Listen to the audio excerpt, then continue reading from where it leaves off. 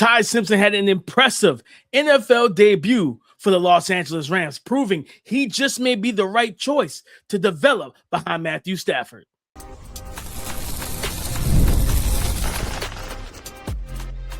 You are Locked On NFL Draft, your daily podcast covering the NFL Draft. Part of the Locked On Podcast Network, your team every day. Welcome back to the Locked On NFL Draft Podcast. I'm Damian Parson. That's KC Sanchez. And today's episode is brought to you by FanDuel. Join all the action at FanDuel.com to play daily dingers and make your free pick on who's hitting a homer this MLB season. And today's episode, guys, we're breaking down week one of the rookie performances from preseason, right? Preseason week one rookie reaction. We talked about Mendoza and all those guys. Just like we got to get in Ty Simpson, De'Zhaun Stribling, KC Concepcion. There's a lot more rookies we got to talk about, Keith. But let's start off with you talked about it at the end of yesterday's episode.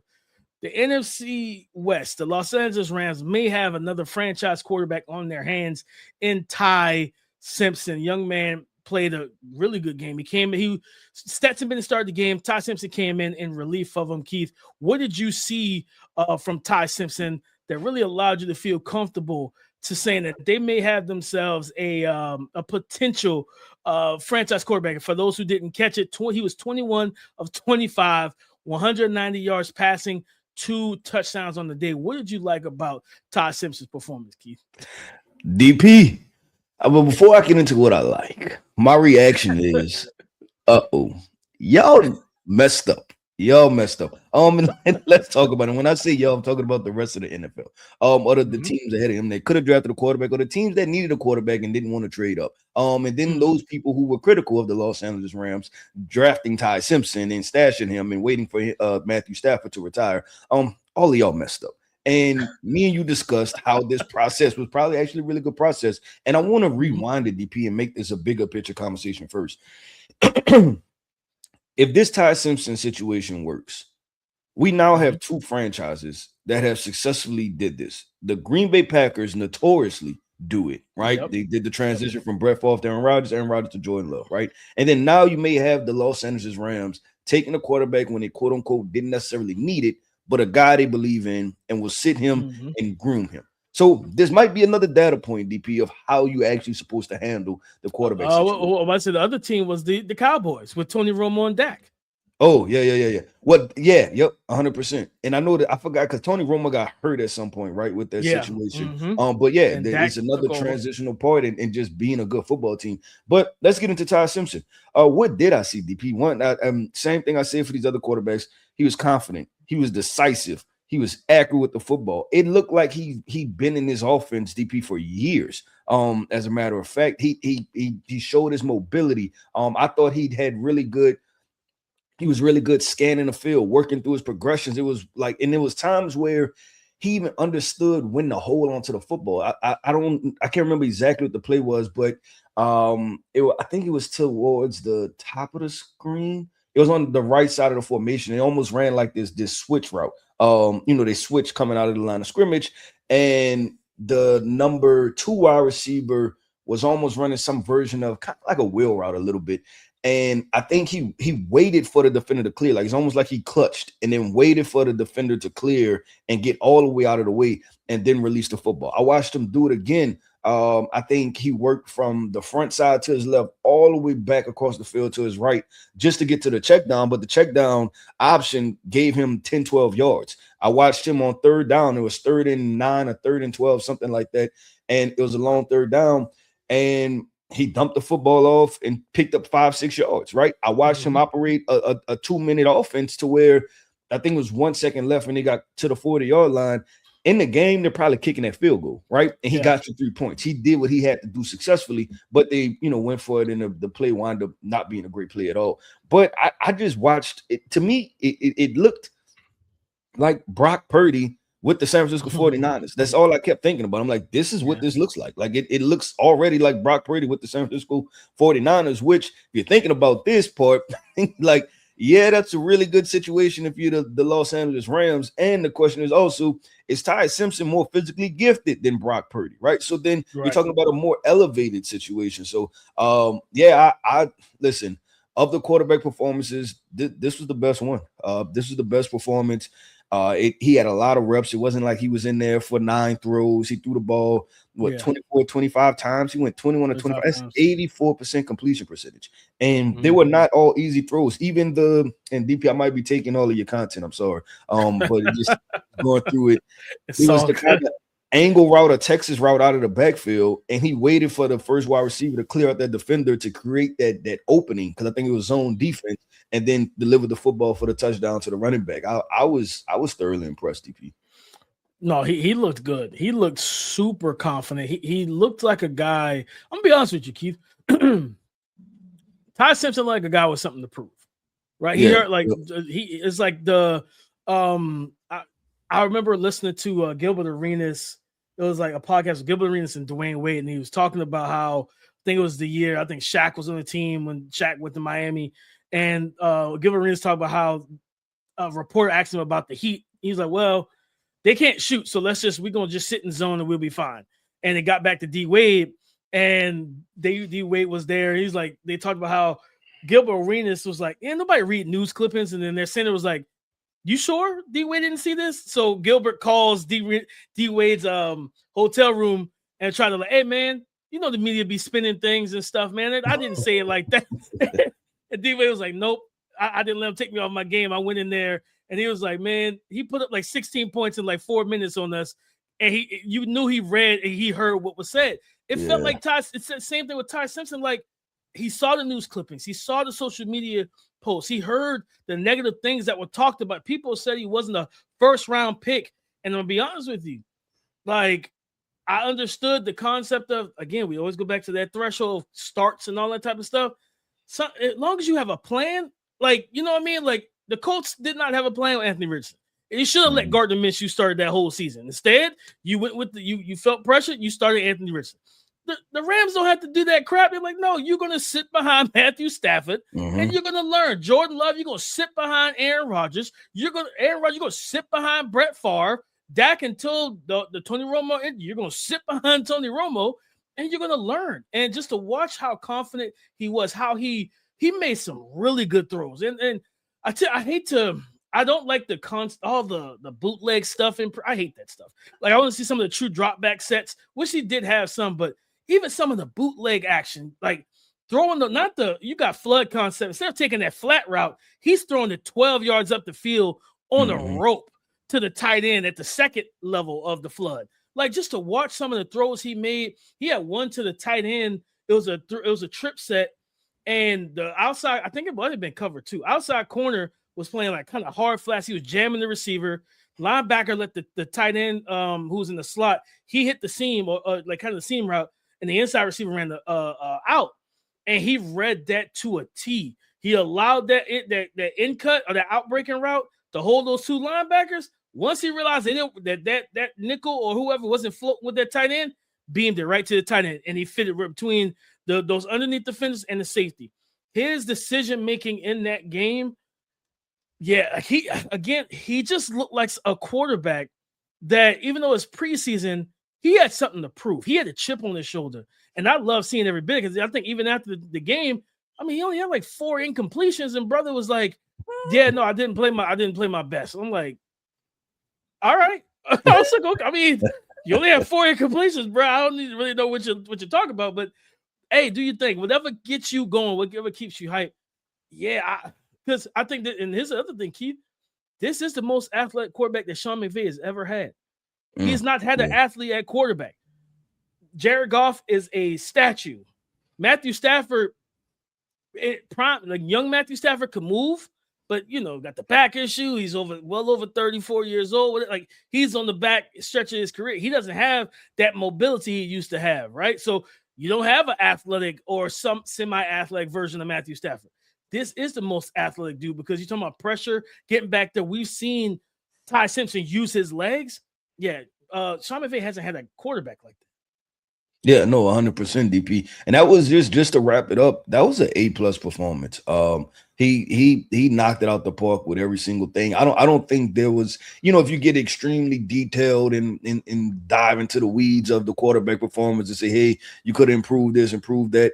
For the most part, for your first ever start in the NFL, well, not start, but first ever game action in the NFL, A+ performance for me. I think he did everything he needed to do, and then more. But DP, let's do this, man. Let's go ahead and transition. And up next, I have a couple guys that you discussed. I think it was on Friday's podcast, and you said these two guys are vitally important to this AFC team's potential offensive success.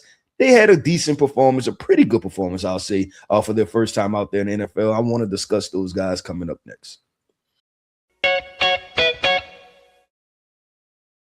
What's going on, everybody? My name is Ross Jackson, host of the Locked On at Saints podcast, and today's Locked On episode is brought to you by our friends at Basque and Lather. I've been using Basque and Lather's all-natural, 100% organic hair care products for my beard for a couple years now, and it's been a lifesaver because I used to have some bad beard care habits. I'm talking over-the-counter shampoo and the beard type stuff that created this brittle, scratchy, and uncomfortable beard that I just had to wear around all the time. But now the game done changed. Thanks to Basque and Lather, I got their beard care starter kit, which gave me shampoo, conditioner, oil balm, and their hair growth stimulator formula as well. And now my beard is full. It's soft but strong, and the confidence is on 10, and it's all thanks to Basque and Lather. Explore viral bestsellers and products of healthier hair of all types from Basque and Lather. Go to basqueandlatherco.com and use the promo code LOCKEDON for 20% off. That's 20% off at basqueandlatherco.com.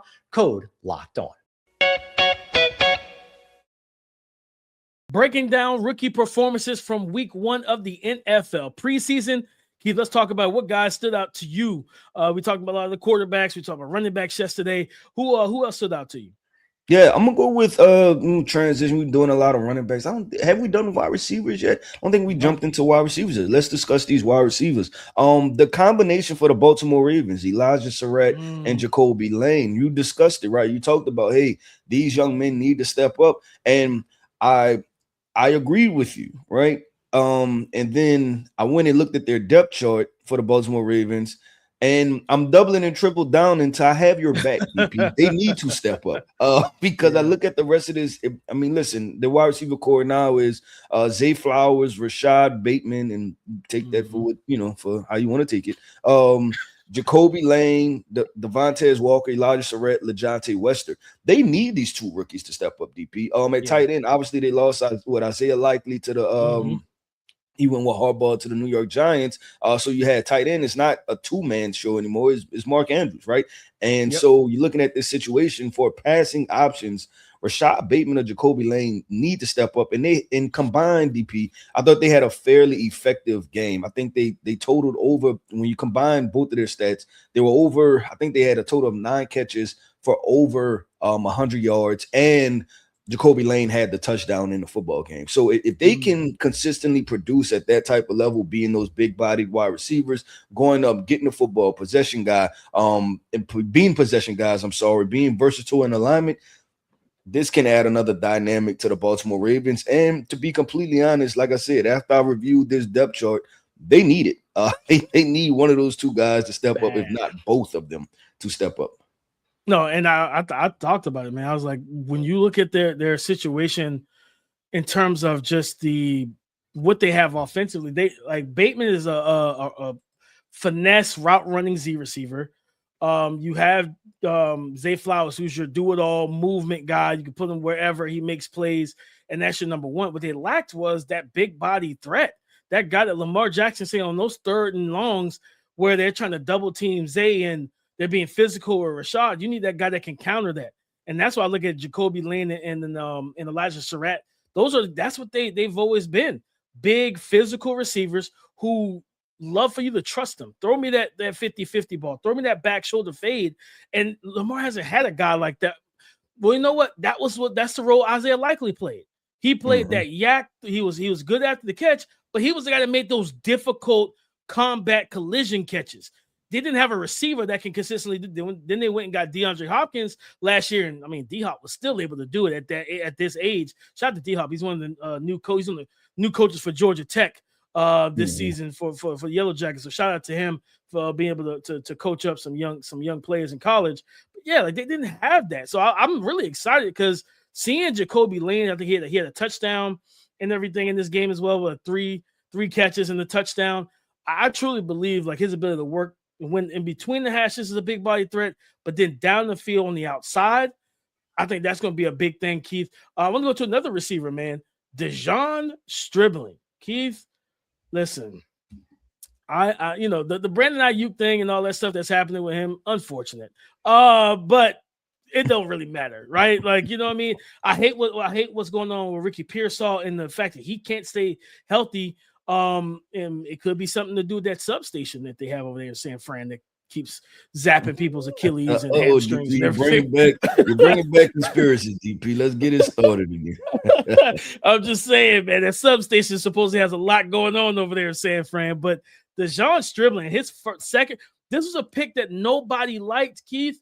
Everybody was like, what? Including Kyle me. Shanahan.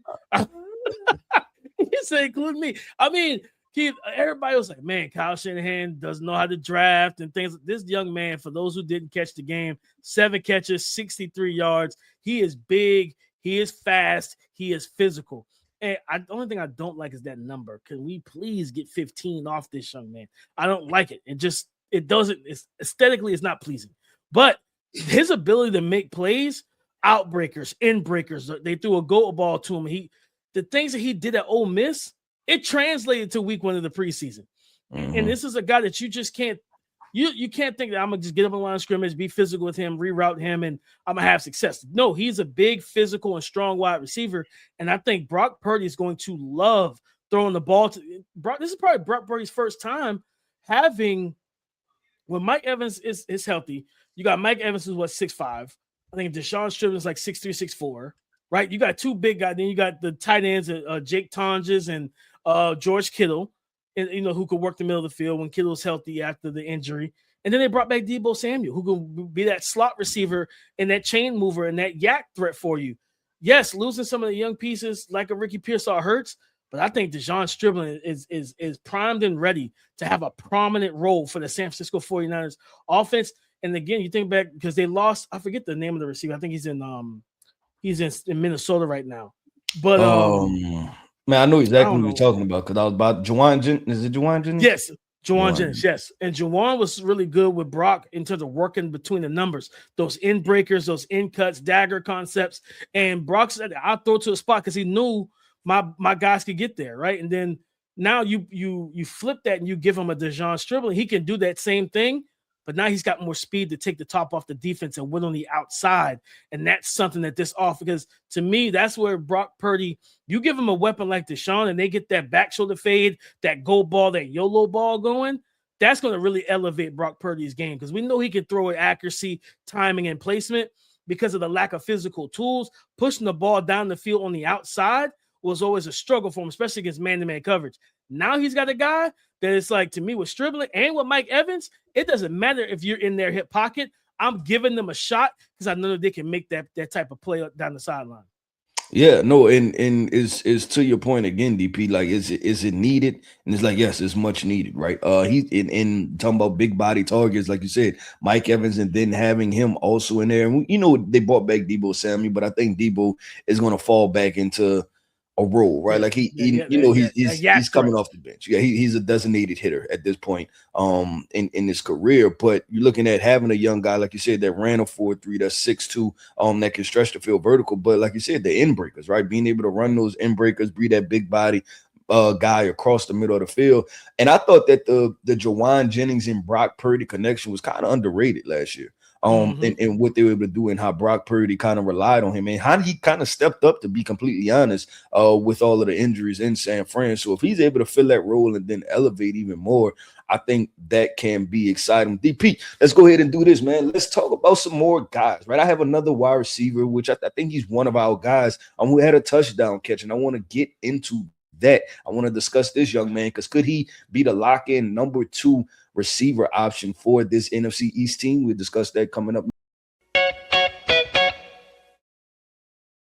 The Locked On NFL Draft Podcast is brought to you by FanDuel. Baseball fans, if you think You know who's hitting a homer today? FanDuel's giving you a free chance to call your shot with Daily Dingers. It's easy to play. Just make your free pick for who you think will hit a home run in their game. If you're right, you'll receive a profit boost to use on your next bet for a chance at extra winnings. Best of all, you can make a free pick every day throughout the MLB season. Daily Dingers is another fun way to stay engaged with everyday's games, whether you're following your favorite team or keeping an eye on matchups across the league.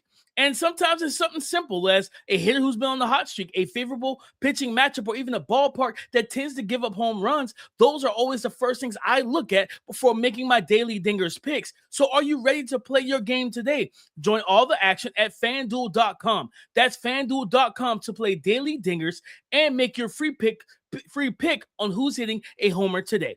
Play ball and swing for the fences on FanDuel, an official partner of the MLB. Thank you for making Locked On NFL Draft your first listen of the day. And thank you for making the Locked On Podcast Network, the number one sports podcast network in America. It's all because of you, our everydayers. Let's continue this conversation, breaking down our week one, preseason week one rookie reaction. Keith, what wide receiver do you feel like could be the number 2 option for their team? Yeah, I'm going to go with Malachi Fields, DP. I think he did exactly what we thought he would do and be that big 6'3", 6'4", physical presence, red zone option, possession guy, right? Understand that this young man has a large catch radius, wingspan. He can body some players. And I thought that he looked good movement-wise, too. And that's what we keep saying. Like, all 40-yard times are not equal. This young man, you could tell that defensive backs felt as though they had to respect his quickness, right? His speed and his quickness, and that he was able to play to that part too. So I look at Malachi Fields and you talking about injecting him into this offense. Like, okay, if you have a healthy Malik Neighbors, obviously Odell Beckham is back. Then you have Malachi Fields. You can allow Malachi, and we discussed this, to be that big body X, right? Like if you want to solo him out, on the backside of an offense, whatever, and he's taking, he has that one cornerback that he has to, take care of, you're throwing your back shoulders to him, things like that. He can't execute that at a high level. So I'm excited about that, and I'm excited about him within his offense. And I think we got a minor glimpse. It wasn't a dominant performance, but you've seen him catch the football, right? You've seen him being targeted, and then you've seen him moving well. So I look at it from that perspective, DP, and people are probably going to start bringing up the names like Plaxico Burress and Hakeem Nicks, right? Because the Giants have historically had these big-bodied wide receivers. I think you're about to add his name into those lists of productive New York Giant wide receivers. I mean, I hope so, kid. I hope because a lot of talk from camp is that he's looked good. He's made plays in all 3 levels down the field. And I think for those who wonder about, okay, can he separate and things like that, at the Senior Bowl, like he was one of the best receivers out there, and he showcased he can win one-on-one, he can win with routes, he can win with that build-up speed, and that he's 6'4". What, 230, 228, 230, somewhere in there, like 6'4", 6'5". Like, this is a big 228, I believe, big, strong, physical guy that once he opens up that stride, he can gallop, he can eat up grass. So I like seeing him, especially, and then with Jackson Dart, who's not the most accurate quarterback or efficient. He still got some issues locking on the reads and staring down receivers, and he got blasted for it. And I'm like, people blaming the running back, and I'm like, yeah, if it's a check release and he didn't, I think he checked, but he checked too quick and he got out. I was like, sure. But at the same time, quarterback, you got to make sure everybody knows their protection responsibilities, things like that. But having a guy like Malachi Fields for Dart, I think, and you saw that Dart in that when he came back in, that high red zone touchdown, he rolls out, he's creative and he's athletic with his legs, and he goes up and he throws him up there. He's like, man, I'm gonna give my big boy a shot. And Malachi Fields went up, snatched the ball, came down with it. And I'm like, that's why you draft a guy like that, right? I'm talking about in the red zone, he can absolutely body smaller defenders and go over the top of guys 100%. Another one of our guys, Keith, KC Concepcion. KC Concepcion looked good. He was versatile for the Cleveland Browns. We didn't see a lot of Denzel Boston in terms of production, but literally in that game, KC Concepcion had 72 all-purpose yards and a touchdown. He had 3 receptions. So he had 27 yards receiving, 14 yards rushing, 31 yards on the punt return. If he didn't trip, that punt return could have been a way bigger play. Because I don't think people, because he didn't run the 40. So I don't think people realize how fast Yeah, he is. a quick right? Like, acceleration. He's quick, he's explosive, and then like we talked about that because remember, Keith, at NC State, and I hated it because it muddied up his profile for some people. Like, man, go back to NC State. He only had one breakout year as a receiver. I'm like, because NC State used him as a freaking running wide back in that Debo Samuel role. Like, they was like, man, listen, we may not be the best offense. We got to figure out a way to get him the football. It was like, our running back went down. We're gonna run the ball with you. And but then you can't throw it to him, just hand it off to him. I got to get it to our best player. So it's just like they did whatever they had to do. But even on that touchdown play, Keith, you saw the contact balance, staying up on his feet, fighting through contact, and then diving in for the touchdown. And his speed, explosiveness. I think, yes, Denzel Boston's going. I think he's going to end up taking that either X receiver role from like Cedric Tillman, whenever he's going to get into that role. Jerry Jeudy, I think his days are numbered as the Z. But, if Jerry's catching the ball, because, he still can separate and get open. Like, that's not a problem. It's the result. Like, the process is good. The result is not.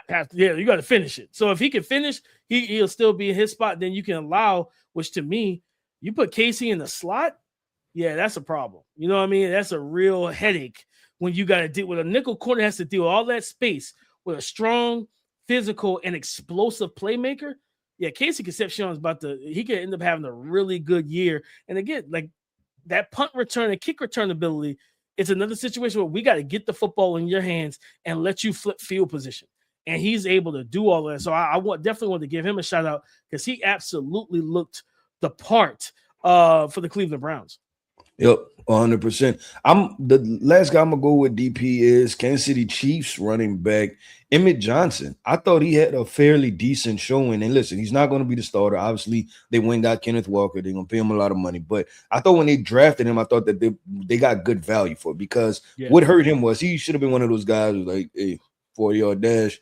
Remember you pulled your hamstring. You remember you can't run. That's the conversation. I thought that tremendously impacted his draft value. But I think when you look in context of what the Kansas City Chiefs are going to be, right? Obviously, we know running backs get banged up, right? And so to have a young man like this who is talented, DP, and we both watched him and said, I like this guy, right? Like he can play some football. So if you have a good number two coming off the bench and a young man like a Emmett Johnson who has lateral agility, quickness, things like that, it just adds other elements to this offense, right? Could you put both of them in the backfield at the same time in shotgun, right? And then Eric Bieniemy being back over there, he's going to run a football. And then I thought about this, DP.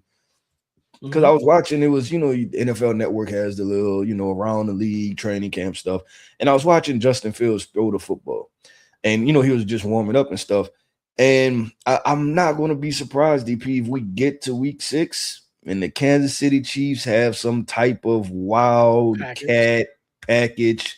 Yep, with Justin Fields in there. And I said, this is definitely going to happen. But if you have that, you have Kenneth Walker and you have Emmett Johnson in the backfield, things could get really interesting. So I think this young man is actually going to carve out he's going to be an impactful player. And it may not be from a production standpoint as far as the touches and the carries, because, you want to know who's going to play? Follow the money, right? But I think he's good enough to have an impact. No, 100%. I think he looks good. He catch the ball at the backfield. Yep. He's gonna be able to definitely make plays, and I expect to see him on the field. Whether it's giving K9 a breather or, like you said, be on the field with him. Right, that's gonna be a big thing. I'll close it out, Keith. Arvell Reese for the New York Giants, and this was a pick that when it happened, and it had nothing to do with the player, I was just like, what's the plan? Like, you have Kayvon and Abdul. I'm like, well, God, how many of the same archetypes are you looking for? Yeah, literally. And the truth of the matter, the concerning part is that the guys y'all have drafted, I don't think y'all have hit the ceiling with them. Like none of them have reached the all-pro level. When you talk about Kayvon Thibodeau, then you had Abdul Carter, right? Brian Burns, you traded for him, so I'm not giving you credit for developing him. No. I'm not giving you credit for him. Then now you have Arvell Reese. I'm right there with you. Yeah, but Arvell looks good, man. He the same things that he did in college, being that high collision player that fit, like he ran through a couple like pulling guards and like the stuff to run and everything. He looked really good at linebacker. And then, but that was something I always said. I was like, I still had a first round grade him as a linebacker. I was like, I still think he'd be a great linebacker. I just like, man, I really think that if you put him at edge and let him with his speed to power, his frame and everything else, like you let him develop an edge, like, man, you got yourself probably an elite football player. But seeing the way he played, he just got a nose for the ball. Like because I'll say this, it was different watching him and Sonny Styles because Sonny, I feel like Sonny's eyes, because he's not a true linebacker, like a well-versed linebacker. He only had 2 years at Ohio State. He played safety before that. So I always go back to that quote from Isaiah Simmons, like, man, the closer you get to the line of scrimmage, the quicker things will happen. Yeah, and that's why I always discuss that, right? I hate when people just say, oh, man, if you got a slow safety, just put him at linebacker. Like, what? No, that's usually not the answer. That's not, no. You want him to be delayed reading stuff and that 330-pound guard come and pick him off. Like, no, it's already up on him. So, like, I felt like when I was watching Sonny Styles in week 1 of the preseason, I felt the game was a little quick for him. So his eyes were kind of like everywhere. Where watching Arvell, he was so much more patient and calm that he always found the ball or got to the ball. He wasn't out of position. I felt like Sonny was just, it felt like it was just moving fast for him. I think more reps, he'll be fine. You're a freak athlete. Once the game truly slows down, Sonny Styles is going to be Sonny Styles. But I love what I saw from Arvell. Dropping off in the coverage, working back down to the run, getting to the ball. Even if he jumped, like if he got away from a lineman and he's like technically outside of the realm of the play, then you see him work back into the play and make a tackle. So I think they're going to probably blitz this dude a decent amount. They're going to get him downhill, Keith. Like I promise you, they're going to get him downhill. Jalen Hurts definitely be on your P's and Q's when it comes down to those third downs. He's probably going to spy you. Jaden Daniels, same thing. Dak isn't the Mississippi State version of Dak. I think most people don't know about that version of Dak. They forgot about Dak can run. Like you go back to Mississippi State, Dak can pick him up and put him down. And he was a physical runner too. And the injuries kind of pulled that from him, unfortunately. Dak, you don't have to spy Dak because Dak doesn't use his legs a lot. But Arvell Reese definitely going to be hovering, in the middle of the field or trying to take away Ferg and the running backs and stuff like that. I was impressed with what I saw from Arvell Reese as a pure linebacker. And I'm looking forward to seeing how that works out. Could he end up being the Roquan Smith of John Harbaugh defense where, I don't need to rush you off the edge. I play you solely at linebacker. We end up making Abdul the full-time edge opposite of Brian Burns. We eventually trade off Kayvon because he's going to be due for a contract. And we just let these young boys roll. Yeah, DP, they have to get this right? And they got to figure it out. I'm hesitant because last year I made the declaration with the New York Giants and I said, oh man, it's gonna be a top 5, top 10 defense, right?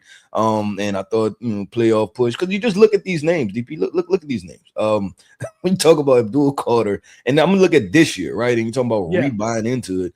Abdul Carter, Kayvon Thibodeau, Tremaine Edmonds, Arvell Reese, Brian Burns, Darius Alexander, DJ Reader, Shelby Harris, Zach Pickens coming off of the bench, Micah McFadden, who's an experienced linebacker.